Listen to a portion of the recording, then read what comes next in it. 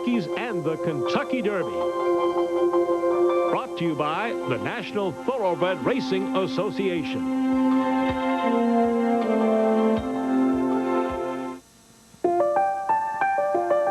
In the second half of the 20th century, African-American athletes not only gained acceptance in a more diversified America, they became sports icons. Yet in the tradition-rich sport of kings, known for its kaleidoscope of colors on the racetrack, the faces of jockeys tell another story, a story unique in American sports history. Latin Americans, such as all-time winning jockey Lafitte Pincay Jr., play important roles in racing. Female jockeys are becoming more prevalent. But in the modern racing era, black riders are few and far between. But surprisingly to many, African-American jockeys dominated the first runnings of the Kentucky Derby in the late 1800s. Their accomplishments were largely ignored for almost a century, but their legacy runs deep in the sporting roots of Americana. Well, they are the beginning. See, they always said that Jackie Robinson was the first black in sports, but he wasn't. African-American jockeys were the first in sports. Who were these early American sports legends? And why did they virtually disappear from the track and the history books? Coming up, the Forgotten Heroes, the remarkable tale of African-American jockeys.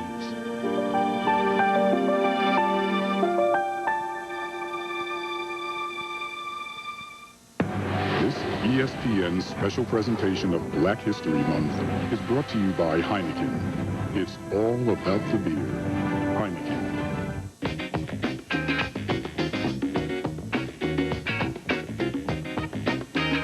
I've been in the right place, but it must have been the wrong time.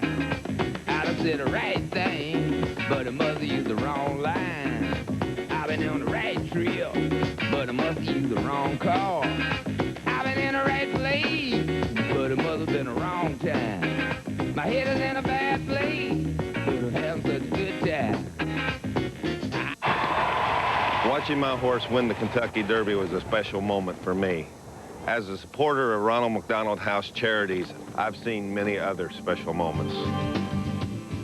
Houses like this one provide a home away from home for the families of seriously ill children who are being treated at nearby hospitals. As a thoroughbred owner, I'm proud that the NTRA Charities has created a national program to support Ronald McDonald Houses and to help kids all across America. All right, boys, last card. I'm gonna raise you $1. You must have something, boys. Just $1. Hey, don't you know about 10-10-220? What? Yeah, man, 10-10-220. All calls up to 20 minutes. 99 cents. Just 7 cents a minute after that. All calls up to 20 minutes for only 99 cents? See, $1 is worth a lot. I'm out. Me too. I call you. Do you have any 5s? Go fish. Dial 10-10-220.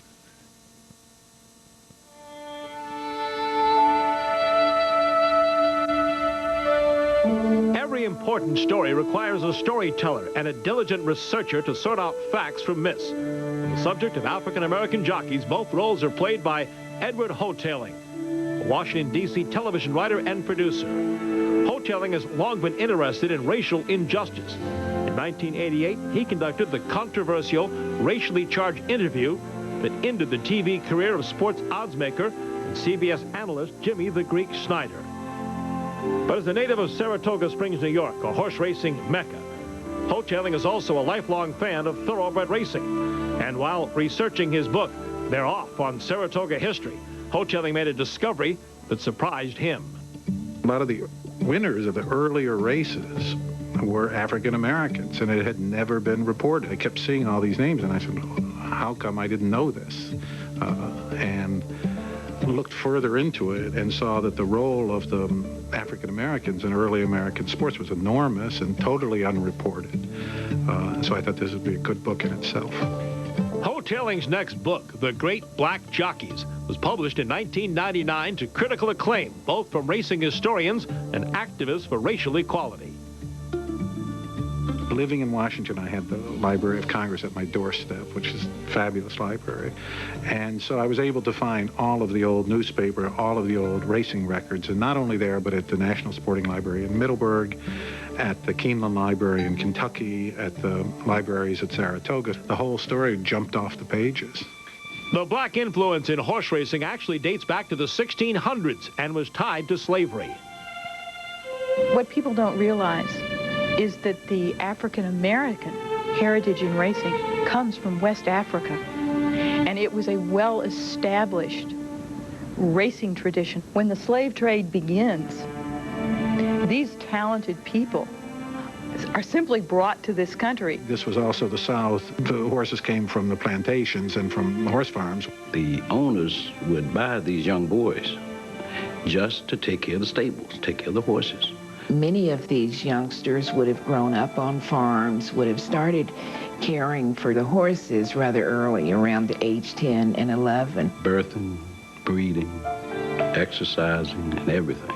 And then they also rode those horses in competition. They had to be good at it to survive, but if they had the talent to be good at it, they also could get something out of that. Any enslaved person who was directly related to profit-making had a pretty high status and was somewhat favored. You have to think about these white plantation owners who would literally bet the farm on a horse race.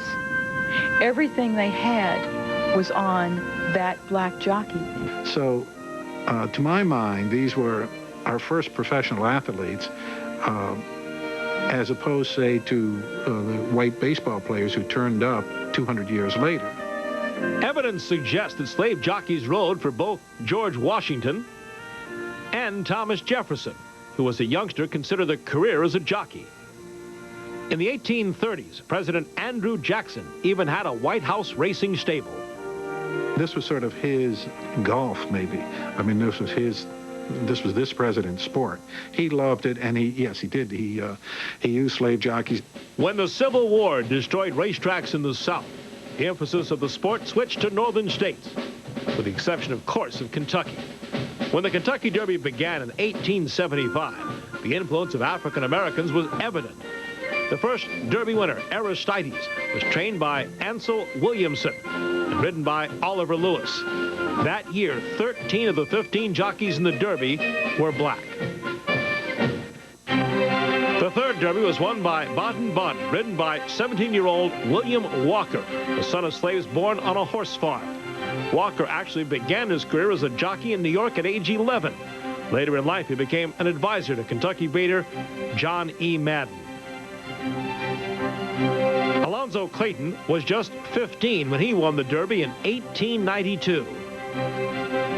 Another Derby-winning jockey was James Soup Perkins, thus nicknamed because whenever he was asked what he wanted for lunch, he replied, soup. Champion jockey Willie Sims is the only black jockey to win the Derby, Preakness Stakes, and Belmont Stakes, the races that today comprise the Triple Crown, although he won them in different years. Sims is credited with introducing the modern crouched riding style to England. In this country, Sims had a perfect 2-for-2 record in the Derby, and he remains the last black rider to win the Belmont Stakes in New York.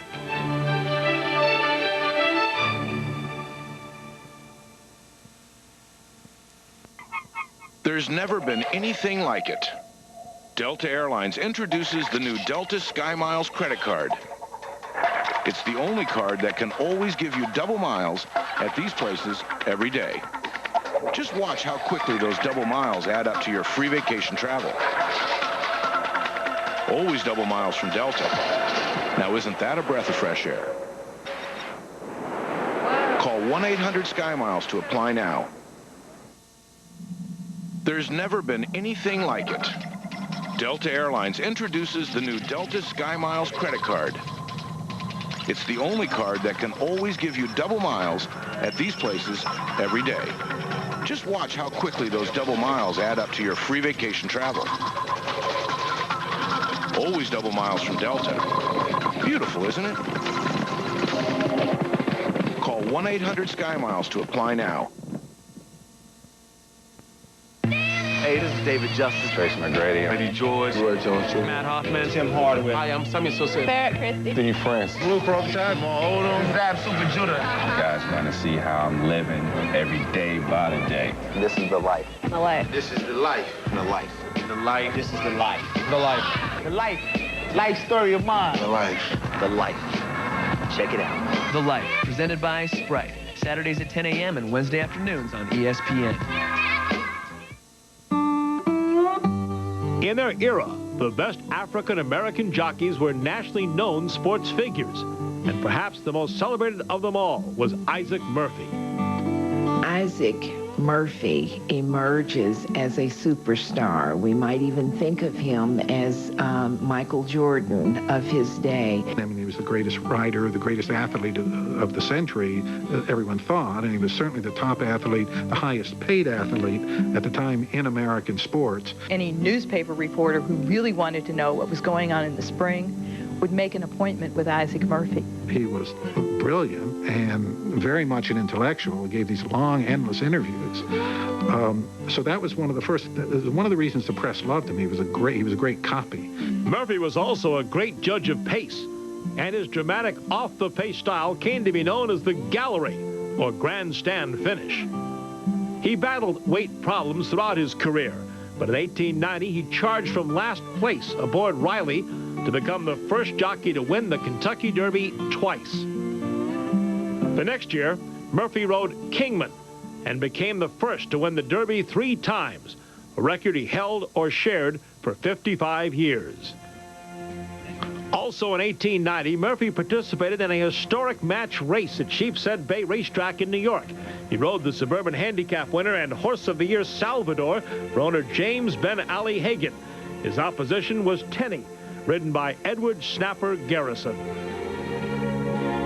Murphy always used the English seat, sitting straight upright, and Snapper Garrison is crouched on what they called the American seat, crouched over. This was an incredible race. The whole country was following it, so to speak, when the newspapers the next day. No radio, no television. So they're really dying to find out about this race because it was set up as the match of the century. If there was like a Tom Durkin to call this race, he probably would have lost his voice or something. Murphy and Salvador won the match of the century by a head. Another famous photograph shows the nattily-dressed Murphy celebrating his victory with other horsemen at a clam bake, where champagne was flowing.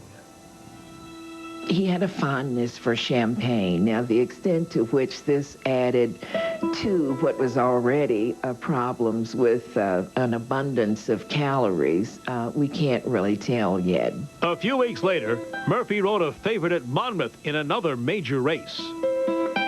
And when they got to the finish, Murphy was nowhere in sight. He was way behind, and he struggled to the finish and fell off the horse. And this was, if you can imagine, today's leading acts happening to somebody like Tiger Woods or somebody, fell into a heap on the ground off the horse and was suspended.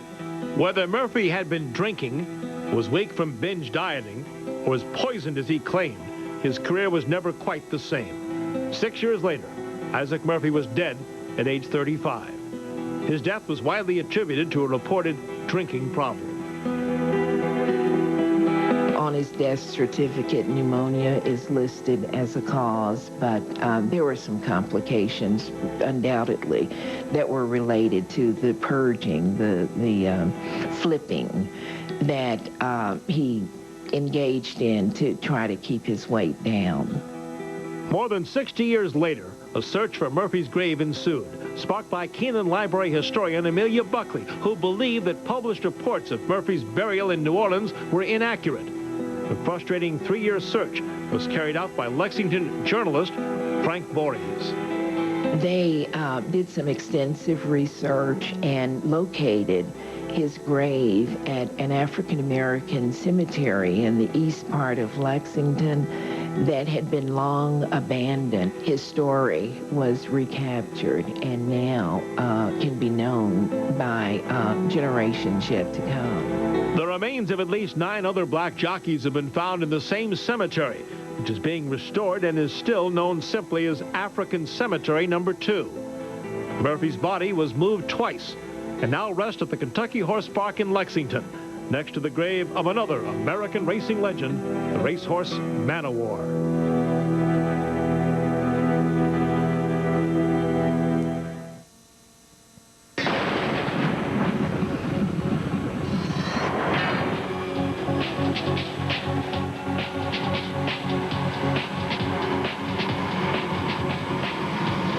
When you're ready to take your workout to the extreme, you're ready for ripped fuel from Twin Labs.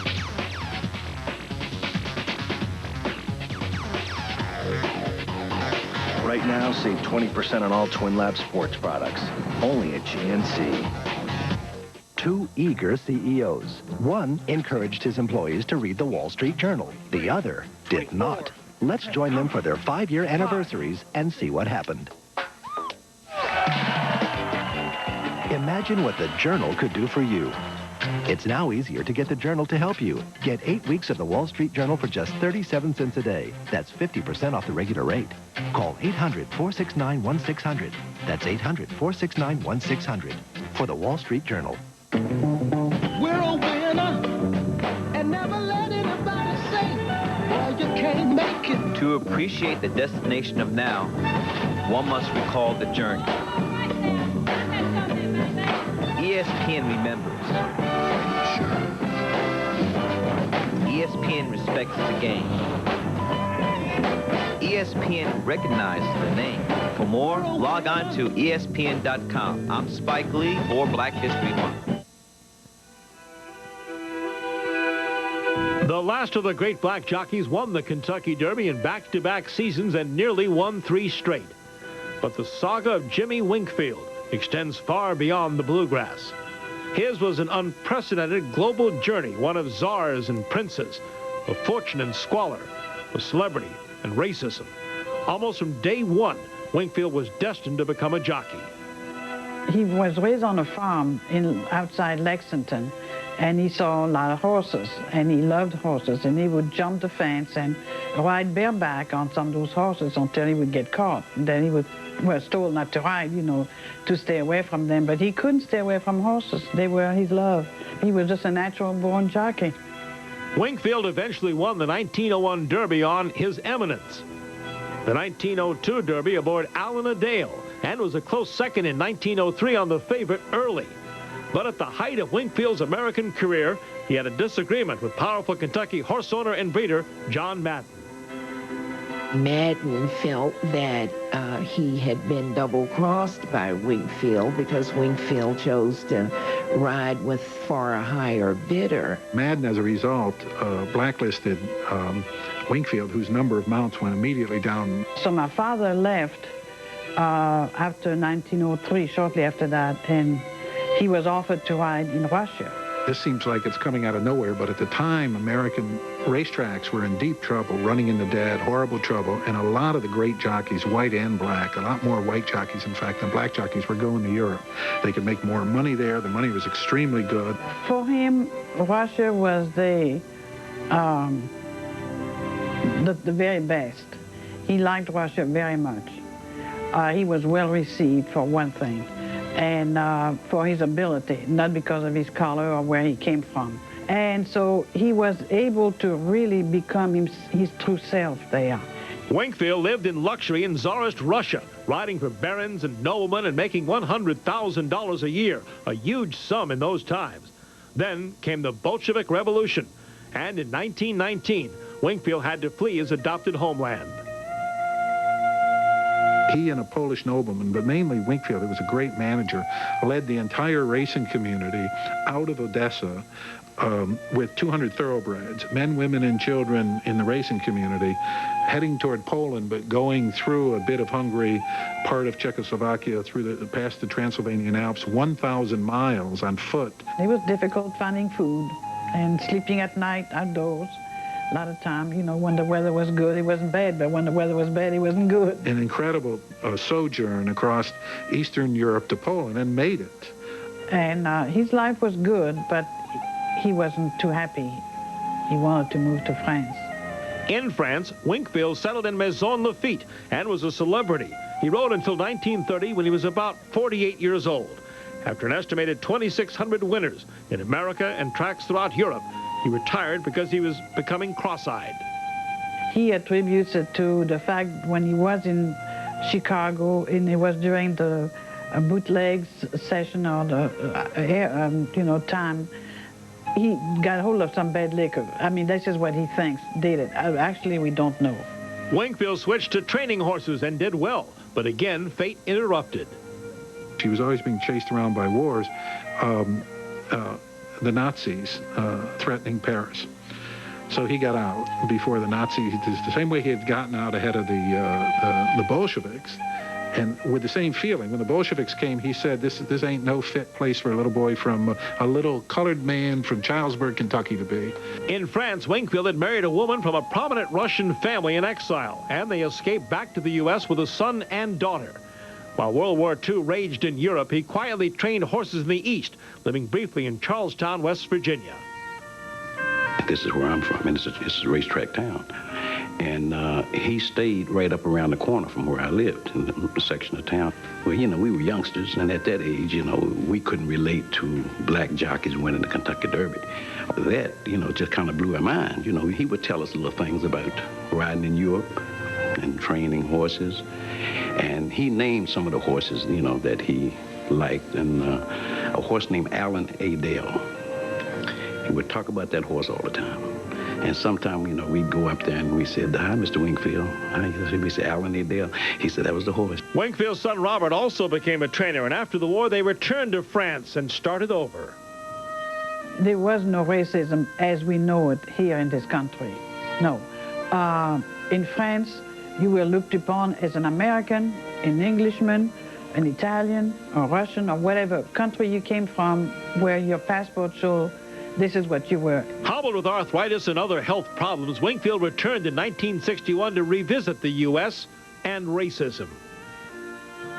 Sport Illustrated magazine had heard that he was here, and they came to interview him. That's when they wrote this article about 80 years around the world.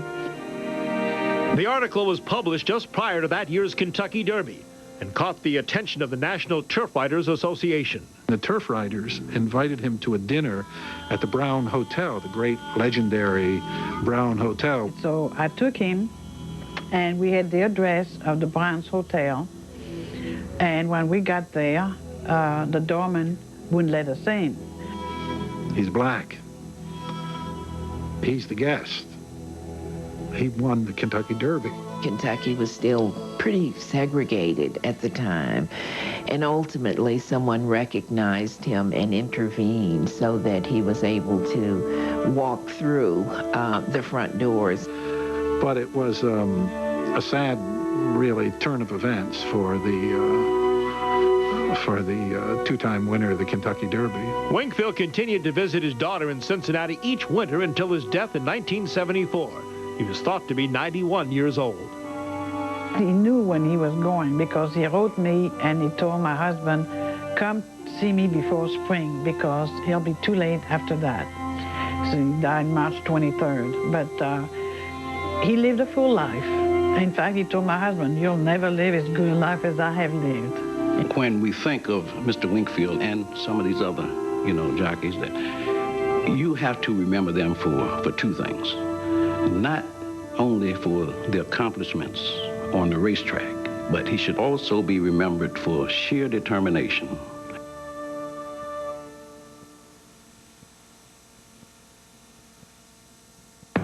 This ESPN special presentation of Black History Month is brought to you by Heineken. It's all about the beer.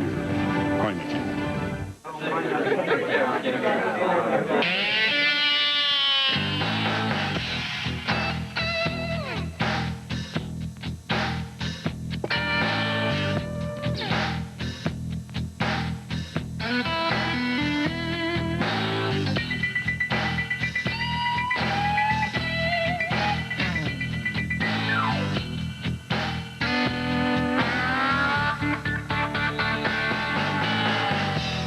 John Deere.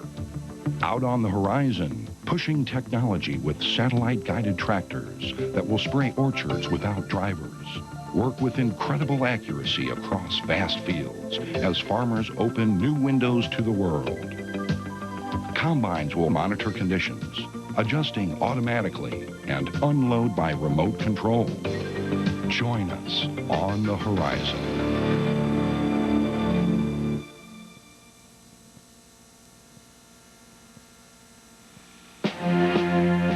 Jimmy Wingfield's 1902 Kentucky Derby victory was the last by an African-American jockey.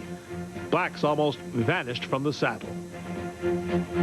There were a number of factors that happened. One was outright racism. There was nothing wrong with, in the lights of those times, with excluding people. The absence of African-American men as jockeys and in the saddle are a vestige of a form of discrimination and exclusion that began in the early part of the century. It's difficult to underestimate the real effect of the Ku Klux Klan as it swept through Kentucky. The jobs disappeared, and blacks retreat to positions where they are safe, and we lose that talent pool. I think it'll be tougher today because it's not that easy to find African Americans interested because they are living in cities and they're following other sports. African American jockeys won half of the first 28 runnings of the Kentucky Derby. But for 79 years, not a single black jockey even had a mount in a Triple Crown race. That drought ended with the 2000 Derby. Carroll, ridden by Marlon St. Julian. He will become the first African-American jockey in the Kentucky Derby since Henry King in 1921. That day, specifically that day, Derby Day, my stomach's like knotted up, and I see all these people and they're cheering, and then it kind of gets a little quiet and they start playing the music. And it's like, I had chills from my toes to the top of my head, man. And I bust out into tears because it's like, man, I finally made it to the Derby. Down the stretch they come in the Derby. Wheel away takes command by a hit. Riding for an Arab sheikh from Dubai, Marlon St. Julian finished a respectable 7th in his breakthrough mount. Like, I never looked at myself as specifically, like, stereotyping myself as a black rider or African-American rider. I just looked at myself as a rider, and I still do. But although the racial climate has changed for the better in the American sports world, it remains unlikely that African-American jockeys will ever again be as commonplace as a century ago. In 1990, Louisville community activist Shirley Mae Beard founded a banquet to honor the memory of black jockeys. No one knew about the black jockeys, and they kept the history. Was just stored away. Nobody thought to bring it out. There are people from the African-American community that even now it's something that they're really proud of. I think the role of African-Americans in horse racing, the historic role, is enormously important, not only because African-Americans were forced out of the sport, but also because they were written out of its history. And to write them back into its history now, to sort of rediscover their role, is to give encouragement to people all over the country and to young people all over the country that we didn't discover diversity. It was there before. It's all the more admirable now because it was there in the beginning. I was never really educated as far as the history of horse racing until probably a few years ago now. It made me want to strive more for my goals, just kind of learning that, because now, well, I know to myself that African Americans did succeed in the sport. Man, that was some great riders in those times.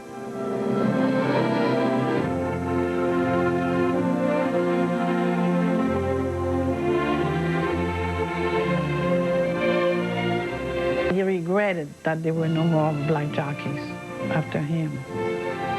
Now, of course, we've had some that are riding now, but they're not still very famous. But who knows? They might become. Let's hope so anyway.